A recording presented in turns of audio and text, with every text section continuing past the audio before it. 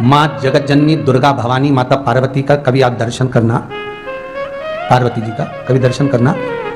सिर पे पल्लू माता के कम मिला, यहां पल्लू लगा रहा और माता के केश खुले रहे, जगत जननी जगदम्बा के। पूछ लिया चंचुला देवी ने, हे जगतधात्री दुर्गा भवानी, हे माता पार्वती, आप कैलाश पर मेरी सखी बनकर रही तो आपके केश खुले रहे, और आप शिव महापुराण के यजमान बनकर कथा सुनने के लिए जा रही हो अपने पति के साथ में।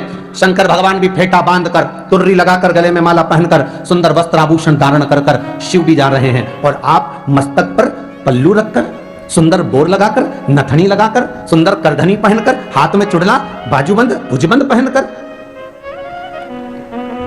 इतने आभूषण, इतने रत्न पहनकर, मस्तक को ढककर, सिर पर पल्लू लेकर आप कहां जा रही हो? अगर कथा सुनने के लिए जा रही हो और शिव महापुराण सुनने के लिए जा रही हो और शिव महापुराण के यजमान बनने जा रही हो, तो आप ही की तो कथा है और आप ही को सुनना है और आप ही यजमान है, तो आपको सिर पर पल्लू रखने की जरूरत क्या है? चंचुला देवी कर रही है माता पार्वती से। सुनिए जरा, प्रसंग कितना सुंदर है। क्या जरूरत पड़ गई आपको पल्लू लेने की? आपको क्या जरूरत पड़ गई वस्त्र सिर पर रखने की, मस्तक धारण करने की? क्या जरूरत पड़ गई? मां कह रही है, चंचुला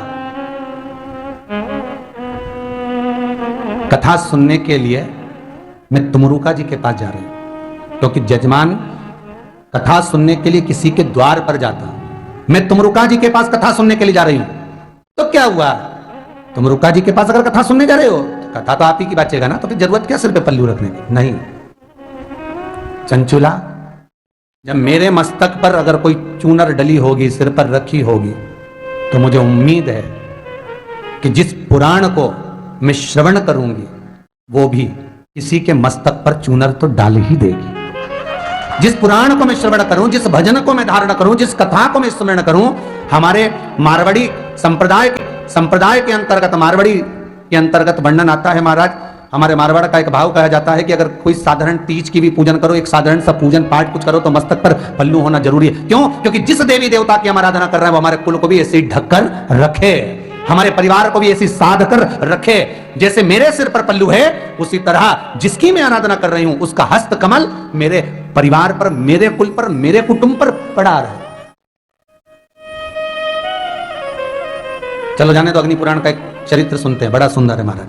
अग्नि पुराण में सूर्य देवता अपनी धर्मपत्नी संध्या से कह रहे हैं, संध्या सुन, जिस नारी के मस्तक पर केश रहते हैं, जिस नारी के मस्तक पर केश रहते हैं, और जितने नारी के मस्तक पर केश रहते हैं उतने ही पीढ़ी दर पीढ़ी नारी के मस्तक पर, जिस नारी के, सौभाग्यवती नारी के मस्तक पर केश रहते हैं, पीढ़ी दर पीढ़ी और आने वाला उसके पुत्र पौत्र आदि आदि का पूरा भाव उसके मस्तक के केश में रहता है। जब नारी किसी पूजन में सिर ढककर बैठती है तो नारी जिस देवता का पूजन करती है उस देवता का आशीर्वाद उसकी उतनी पीढ़ियों पर, उतने पोते पर, उतने परिवार पर, जितने केश हैं उतनी पीढ़ी और उतने पोते और उतने परिवार पर उस देवता का हस्तकमल रखा रहता है, जितनी देर तक नारी के मस्तक पर पल्लू रहता है। उसका व्याख्यान अग्नि पुराण ने करा। कई माताएं कहती क्या होता है पल्लू रखने से?